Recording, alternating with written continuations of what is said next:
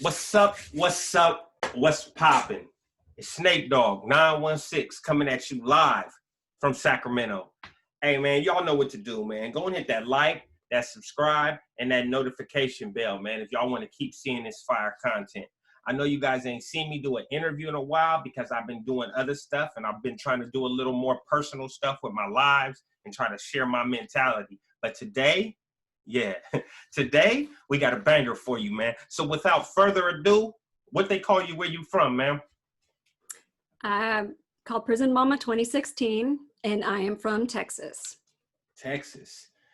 Yeah. What is that? Everything's big in Texas. That's what they say about Texas, right? Yeah, the Lone Star State. Okay, the Lone Star State that can fly the flag as high as the United States flag. Oh, okay. Okay. Oh, they can fly their state flag as high as the United States flag, legally. Yes. Okay, cool. So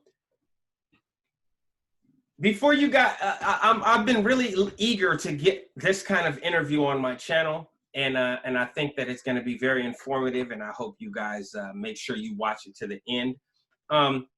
First and foremost, can you tell me a little bit about your child? Let's put it like that. Your child. Okay, my prison son. Yes, your prison son. He and I were very close. He's my youngest of two. And the boys are 2.5 years apart. And he's more like my husband, and so we mesh really well. He graduated a year early. He's very bright. And he went off to another state and was very successful.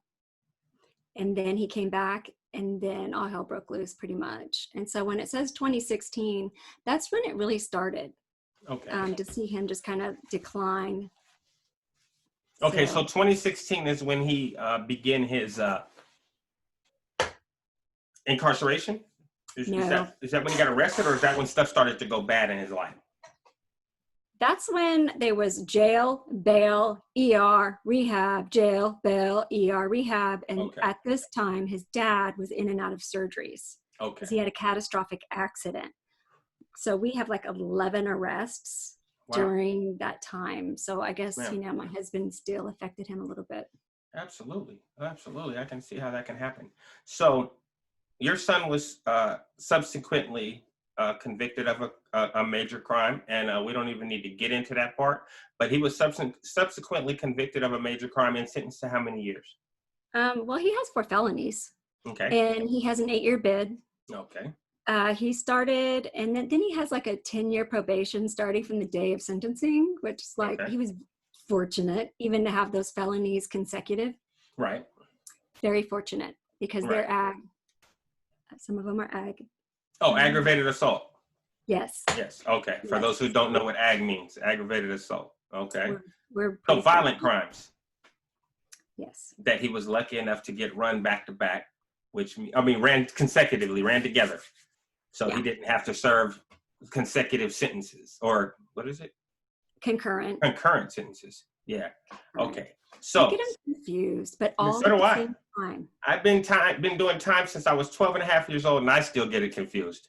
I just know I always had to do all my time. So, it was whatever.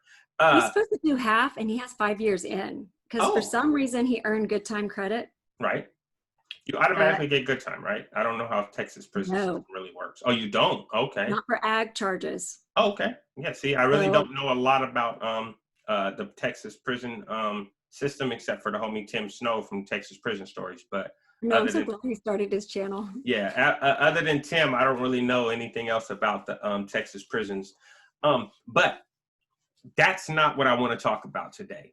What I want to talk about today is when you went from the day you went from, as a mother, a prison mom, not a prison mom, before you were a prison mom, when you were a mom, the first day you realized that your son was not your intellectually gifted young man anymore. Well, not necessarily that he wasn't, but that he had chosen not to flourish here and decided to go on this side of the law, how that affected you initially the first time you started to figure stuff out, that he was changing his path.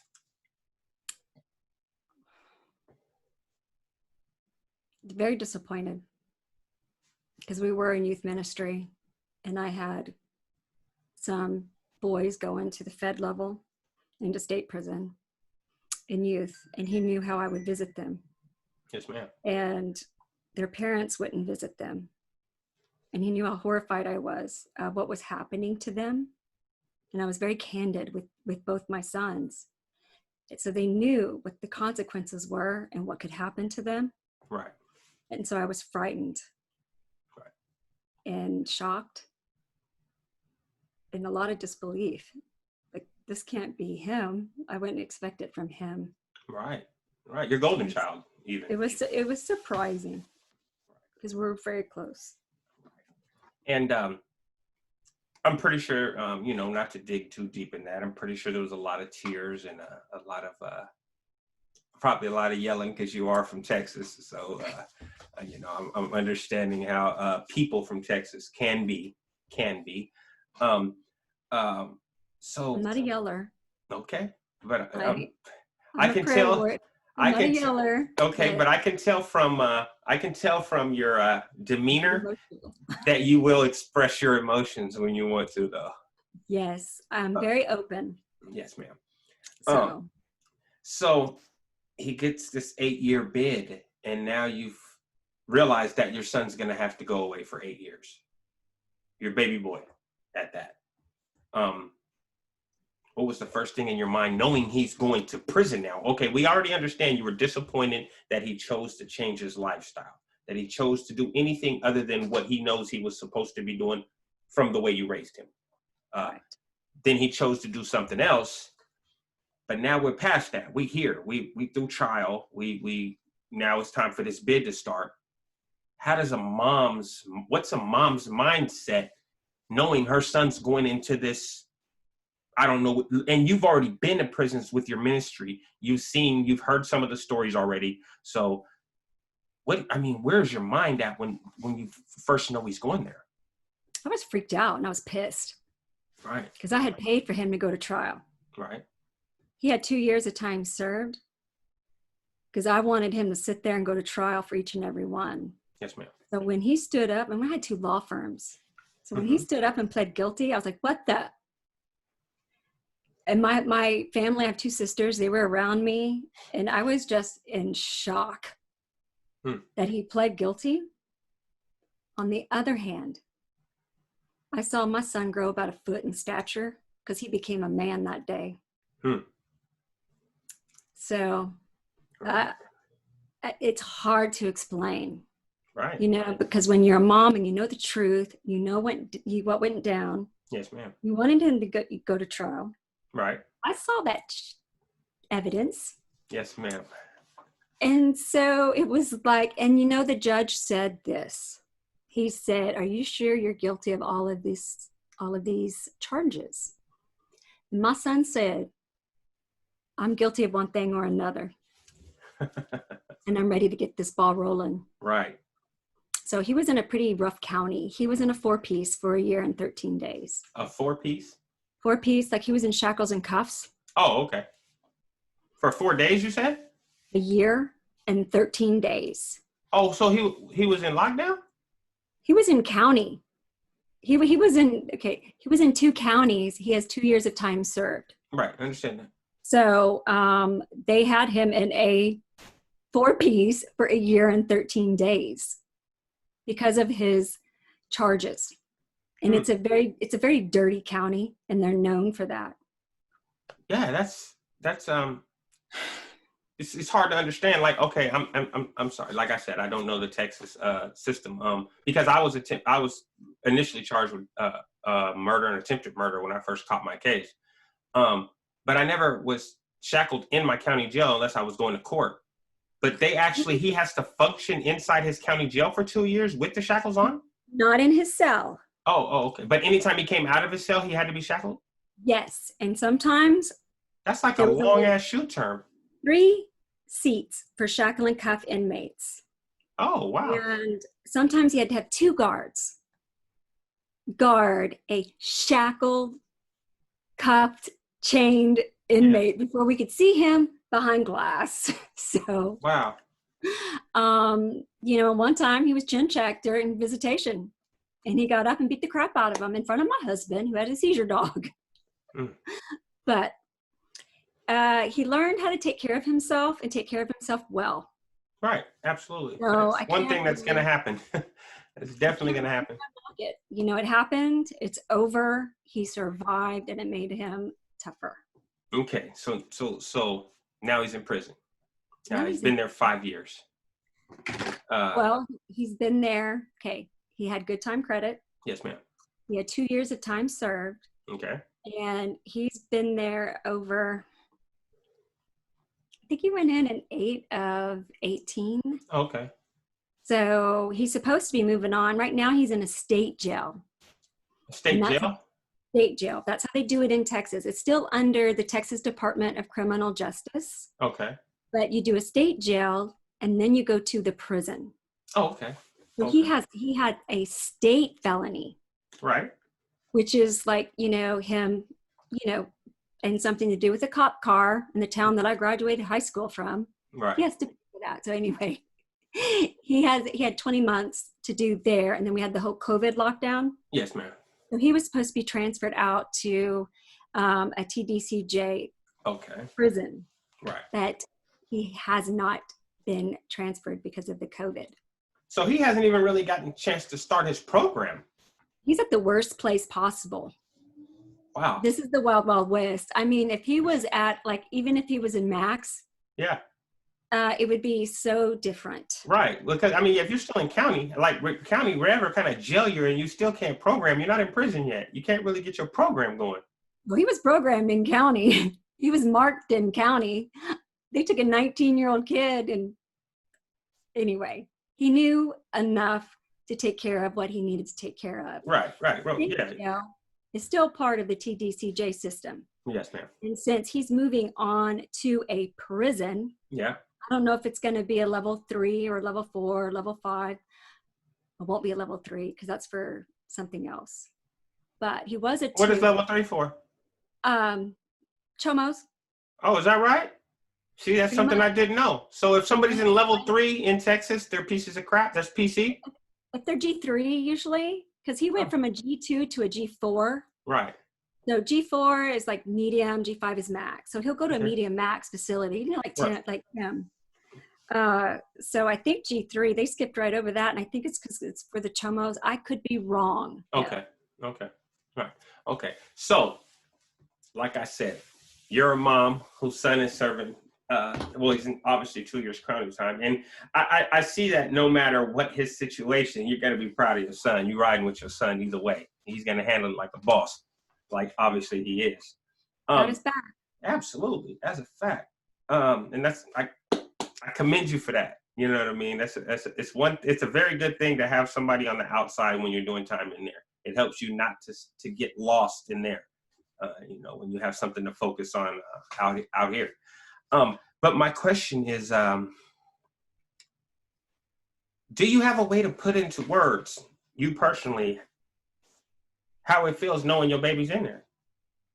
I mean, you may not even have the words, but just knowing your child is, especially a woman. First off, you feel like a failure as a mother.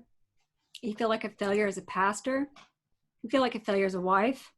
You feel like a freaking failure, basically. Right. Basically. And that's what I work through, and that's what I try to share. And I still have those moments. Yes, ma'am. But I do try to process those moments with mindfulness and things, but it helped starting to talk about it. Right. Because then it's like, oh, well, you have a nephew, or you have a son or a daughter. Right. And like the more I opened up about it, I began to realize I have a new family.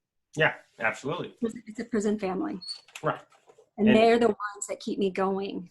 Because my family doesn't like really understand. If that makes any sense. No, I get it. My child. But they're supportive, but they don't really get it why I've just like a whole bunch of stuff has happened. Yeah, well, the good thing is, I mean, no disrespect to anybody's families. They don't have to understand why you love your son the way you love your son. They don't have to. It's not necessary. It's not necessary for you to keep doing it. It's not necessary for them to understand in order for you to keep doing what you're doing. And you know, I'm Nate Dogg over here in the whole kennel. We rocking with you. You know what I mean? We support what you're doing. And for those who don't know, man, she's staying down for her child like she's supposed to. And yeah, he made a mistake. He made his choices. You know what I mean? Whether it was a bad choice or not, he made his choices as an adult, and he got to pay for them. He gonna pay for them. But my main fact is that. So, do you write him letters and send him packages and go visit him and the whole? Well, he has some cases right now. Yeah. So I do mail him a lot of books. I write him a lot of letters. And since he can't go to commissary, I send him pictures, which is like, oh my God. There's this guy in Texas who takes pictures, and I've learned to have them mailed to me because we can only do 10 per envelope. Right. Sometimes he's getting 15 envelopes, but that's the only way he gets any meat, right, or coffee or anything like that, because he has these open cases and he's in seg. Oh, okay. So you're basically sending him currency. Basically. Oh, okay. Yeah. Okay. Huh? Yeah. A couple pictures gets a, bag of coffee. Right. No. Yeah. It's clicking now. I've been gone out of prison for like 6 years, so all the different on the only street he has, basically. Right. So no female holding it down for him, just his mom. He's got a woman. Oh, okay. Well, obviously she ain't doing enough. I can't really talk about her because I have to keep my son safe. Oh, absolutely. No doubt. So, absolutely. Always keep him safe, of course. Not everyone's like this. Oh, yeah. Okay. Yeah. Let's in Texas, it is segregated. Right. No, I get it. It's segregated over here too. So I get it. Yeah. Okay. Yeah. It's worse here. Believe me, it's worse here than anywhere. Okay, I'll take your word for it. I will. You know what? It's not even a competition. It's no, not. I just don't know how people do it when they are like not the same skin color. Yeah. And they're married and they have children. They don't do it over here. And it's like we're all people, and then they have don't do to it over here and smash their wife's race. They don't do it over here. What do they do? They don't you can't intermingle. If you're in prison, okay, so in my state, in my prisons, I was only a max. I've never been anything but max. So level 4 here. Over here, if you're white or Mexican, and you're Mexicans, they can date white women, but they can't date black women, and white men can't date outside of their race if they're affiliated. Is this in prison life? Yes. Oh no, absolutely in prison. Oh yeah, that's why I have to say I can't say anything about, she could be Hispanic, she could be Asian, she could be she could be anything. Yeah. Beautiful Black American girl. Over here, a white dude can get smashed for having a black woman. Yeah, they'll get killed. Yeah, and on the street, my wife is white, so on the streets, it doesn't apply for blacks. Blacks do what we want. We can date and deal with who we want, prison or on the streets.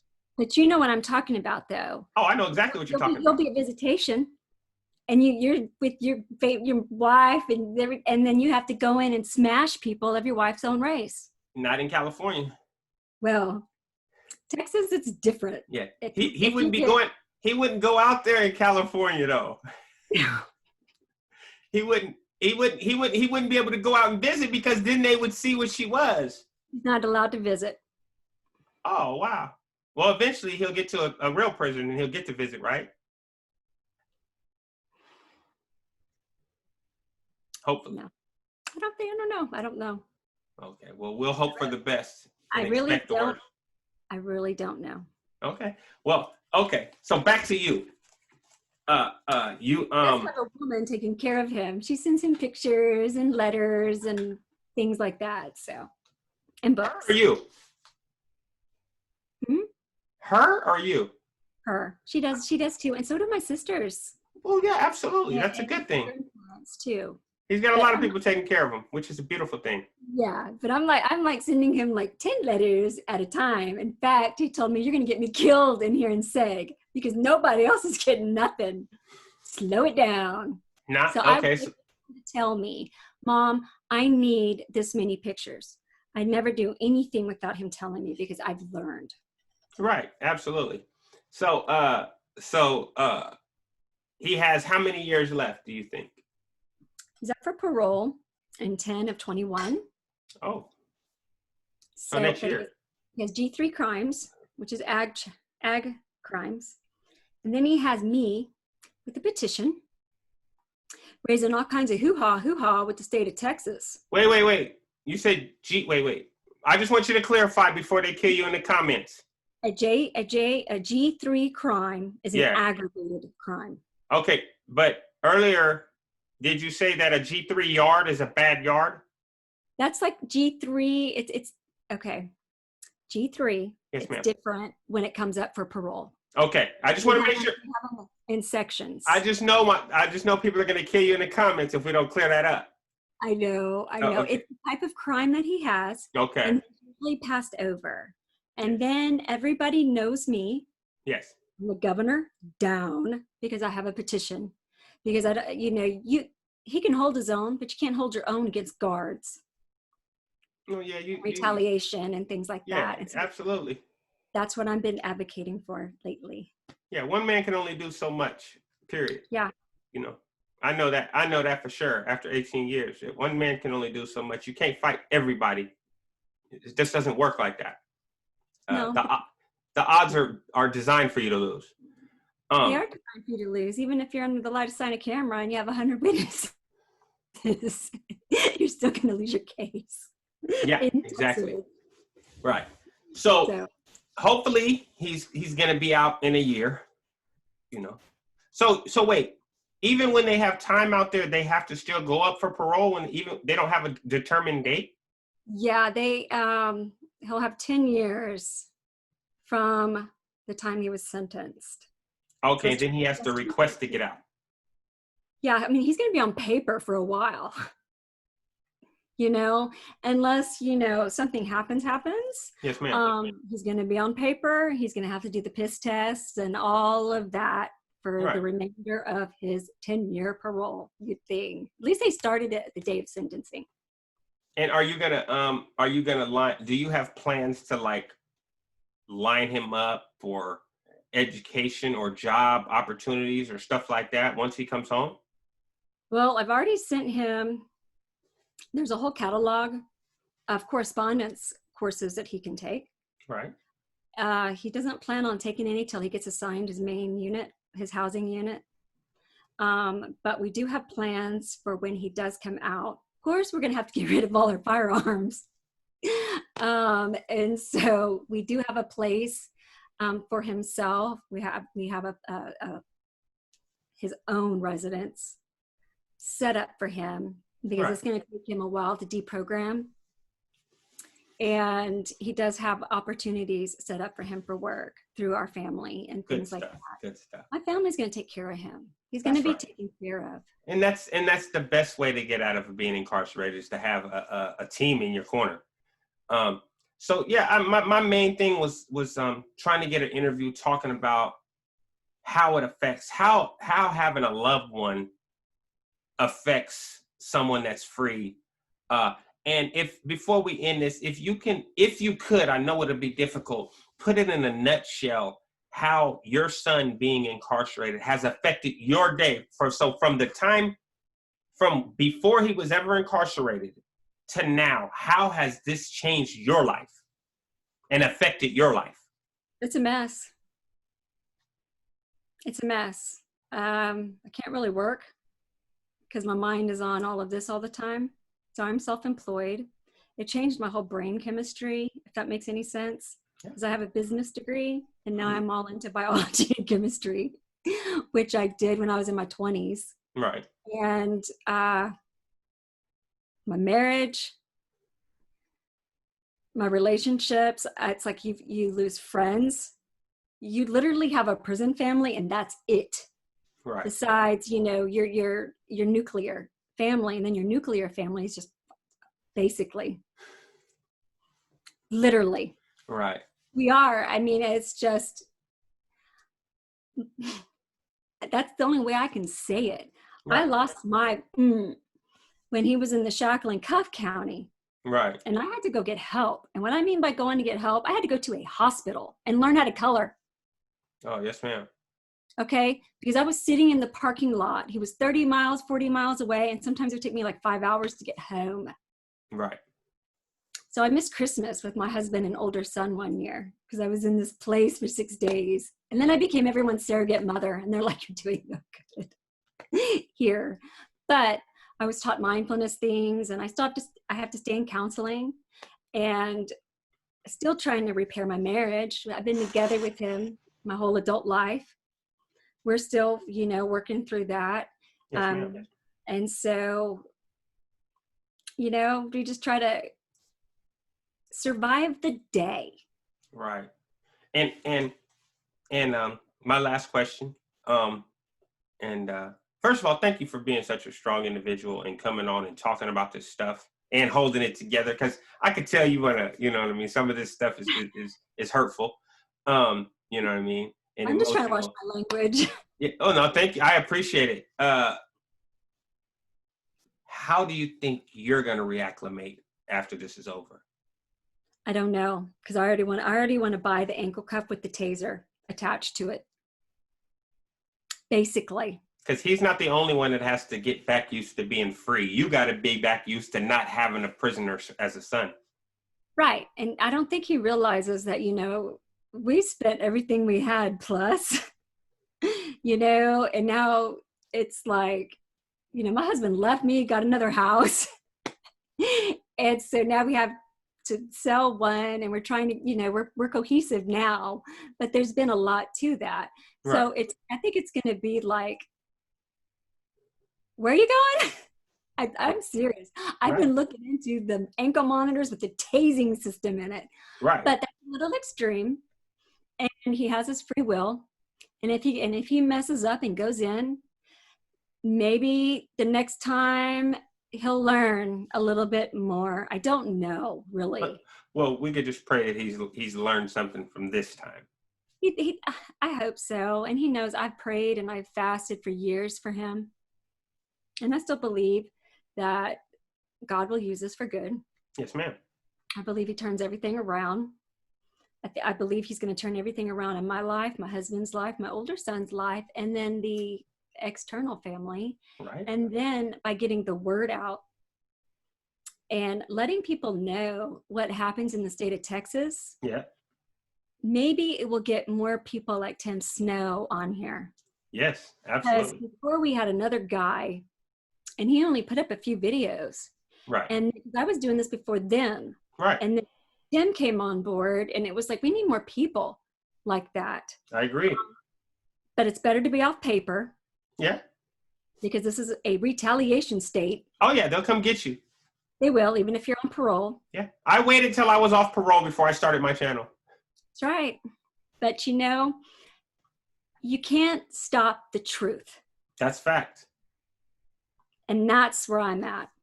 Okay, so last thing, if there's anything that you can say to a mom, sister, girlfriend, loved one, or whatever, to someone that's incarcerated and or someone who's a young kid thinking about going and being incarcerated, whether male or female, what would you say from your standpoint?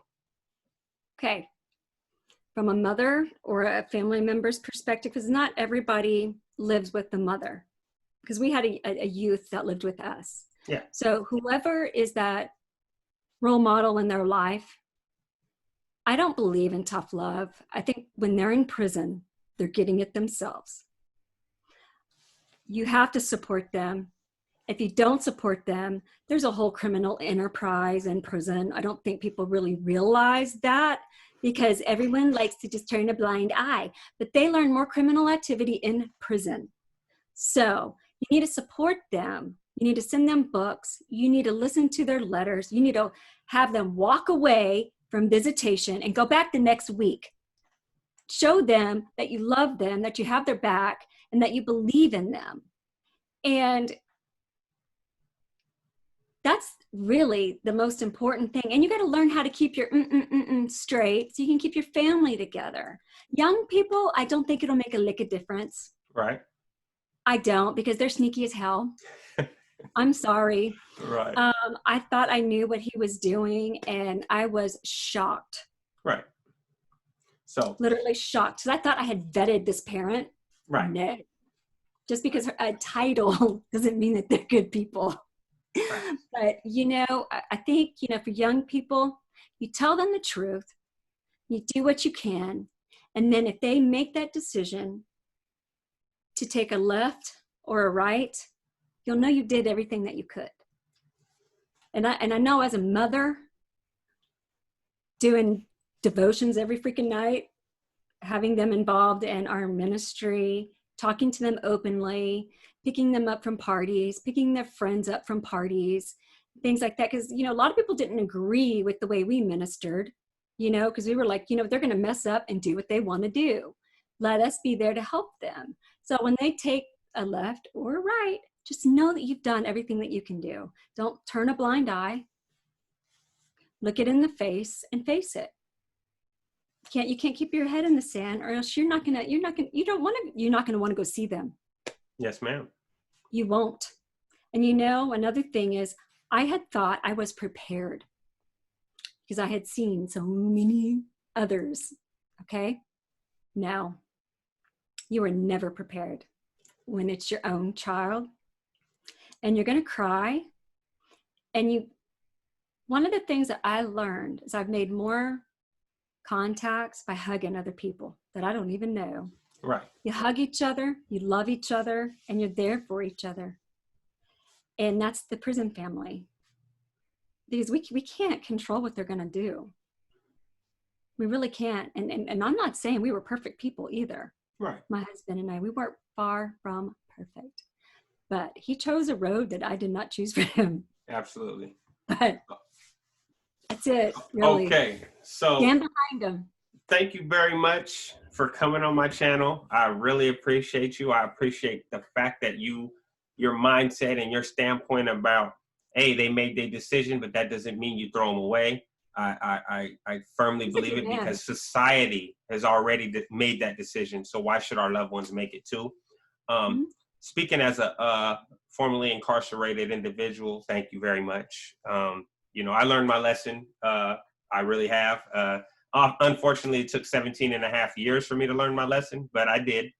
And hopefully we can collab again in the future, because I'm pretty sure we're going to get some good feedback off this and open their eyes. And I'm sure you got a lot of stuff too that you might want to share and expose about the Texas prison system and justice system as a whole. And I'd be more than willing to help air it out or propagate it. If you're not a billionaire, your kid's going to prison. There it is. Okay, really? So we're getting short on time. Yes. So you guys know what to do. If you like what you heard, man, let me know in the comments, man. Like, subscribe, notification bell. Check me out on Instagram at Nate.dog916. And you can still holler at Sandman2788. You can check out his channel too. You know what it is, man. Keep coming back if y'all want to keep seeing the fire contact, because if you don't do nothing else, man, stay loyal to yourself. See, stop it.